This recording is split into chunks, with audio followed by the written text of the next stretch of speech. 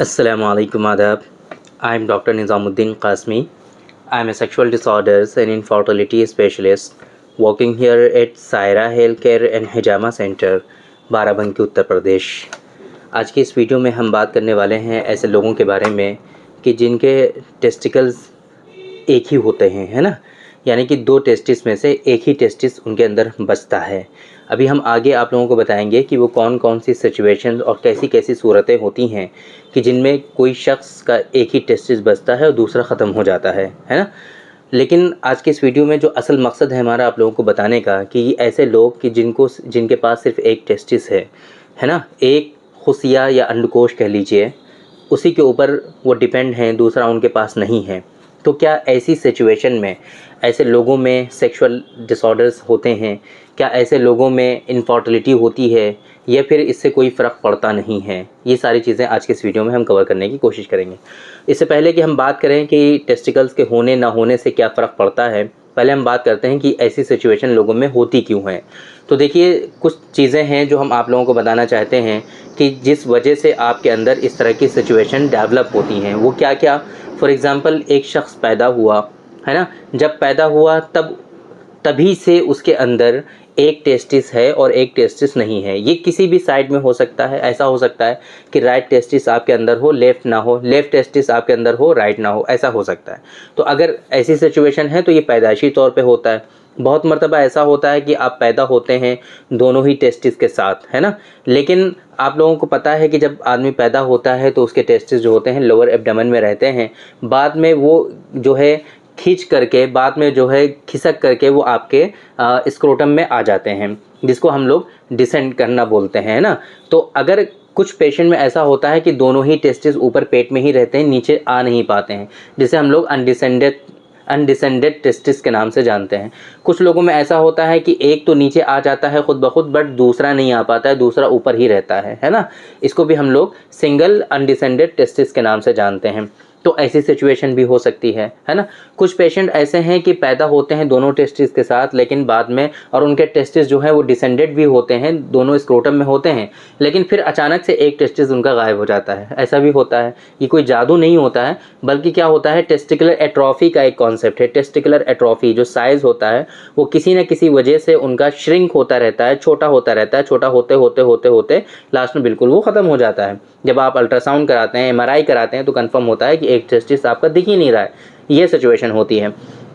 या इसी तरीके से कुछ लोगों में इन्फेक्शंस हो जाते हैं, कुछ लोगों में जो है ट्रॉमा इंजरी हो गई, कुछ लोगों में जो है कैंसरस सेल डेवलप हो गए, है ना, तो कैंसर की वजह से उनका रिमूवल करना पड़ता है, वो हटाना पड़ता है, सर्जरी करके रिमूव किया जाता है।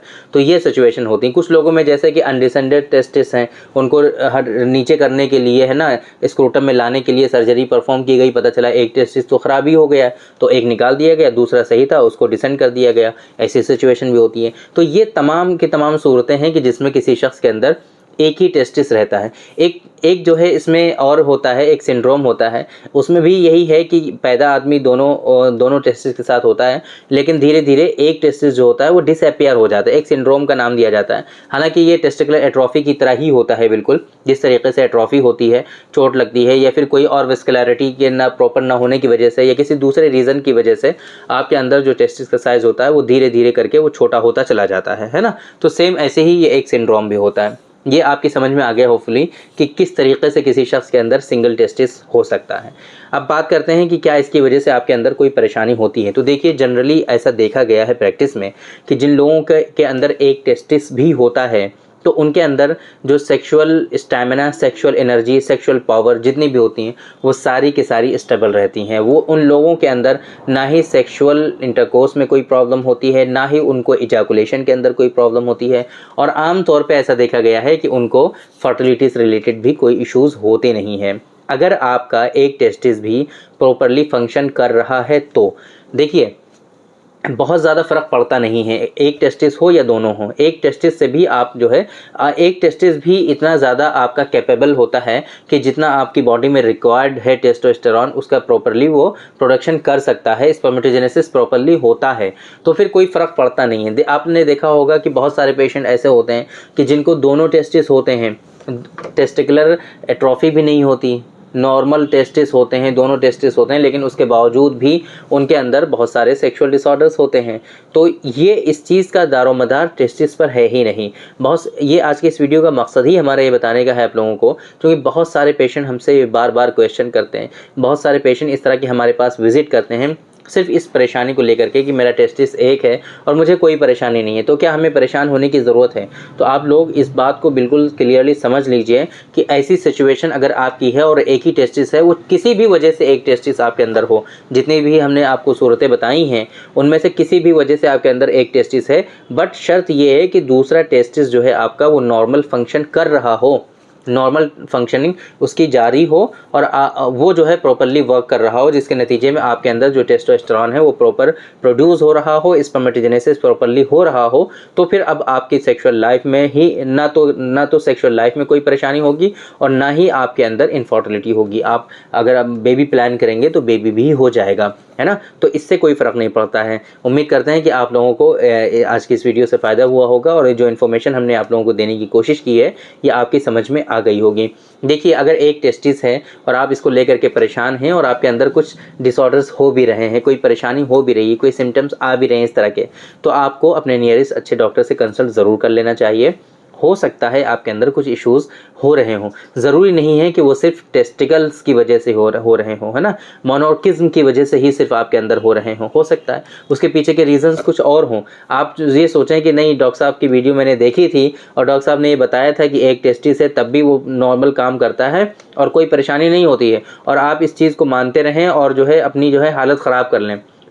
ऐसा नहीं करना है। देखिए, आपकी सेक्सुअल लाइफ के लिए बहुत सारी चीज़ें ज़िम्मेदार होती हैं, आपकी फर्टिलिटी के लिए बहुत सारी चीज़ें ज़िम्मेदार होती हैं। तो आपको हमेशा इस बात का ख्याल रखना चाहिए कि जब भी इस तरह की चीज़ें आपके अंदर आएँ, सिम्टम्स आएँ, तो आप अपने नियरेस्ट अच्छे डॉक्टर से कंसल्ट करिए, या आप हमसे भी कंसल्ट कर सकते हैं अगर आपके यहाँ अच्छे डॉक्टर्स नहीं हैं या फिर इस तरह के डॉक्टर्स अवेलेबल नहीं हैं। डिस्प्ले पे आपको हमारा नंबर शो हो रहा है 9452580944। इसी नंबर पर आप हमारा ऑनलाइन कंसल्टेशन बुक कर सकते हैं। पूरी दुनिया में रहते हुए कहीं भी आप हमसे कंसल्ट कर सकते हैं। अभी 1-2 कंट्रीज़ में हमारी सर्विसेज अवेलेबल नहीं है, इसके अलावा पूरी दुनिया से कहीं से भी आप हमसे कंसल्ट कर सकते हैं और मेडिसिन भी बाय कोरियर मंगवा सकते हैं। तो आप होपफुली आप लोगों की समझ में आ गया होगा कि आम तौर पे एक टेस्टिस के होने से कोई परेशानी नहीं होती है आपको। अगर परेशानी हो रही होगी तो उसके पीछे के रीज़न्स और कुछ हो सकते हैं। बाकी ये है कि थोड़ा सा सपोर्टिव ट्रीटमेंट आपको रिक्वायर्ड हो सकता है एक टेस्टिस, ताकि जो आपका एक सिंगल टेस्टिस है वो प्रॉपरली फंक्शन कर पाए, सही से वो काम कर पाए। बाकी इस तरह से कोई आपको परेशान होने की ज़रूरत नहीं है। अगर आपका एक सिंगल टेस्टिस है तब भी आप नॉर्मल लाइफ जी सकते हैं और आप सेक्सुअल लाइफ एंजॉय कर सकते हैं, सेक्सुअल लाइफ जो है प्रॉपरली आप जी सकते हैं और आपके बच्चे भी हो सकते हैं। सब कुछ नॉर्मल है, तो आप बिल्कुल भी इसको लेकर के परेशान ना हो। उम्मीद करते हैं कि आप लोगों को ज़रूर आज की इस वीडियो से फ़ायदा हुआ होगा और ये सारी इन्फॉर्मेशन आपकी समझ में आ गई होगी। तो थैंक यू वेरी मच, बहुत बहुत शुक्रिया आपका। आज की इस वीडियो में इतना ही। इंशाल्लाह कल फिर मुलाकात होगी आपसे एक दूसरी वीडियो में, हम डिस्कस करेंगे आपसे एक दूसरे टॉपिक पर। तब तक के लिए आप हमें इजाज़त दीजिए। अस्सलाम वालेकुम।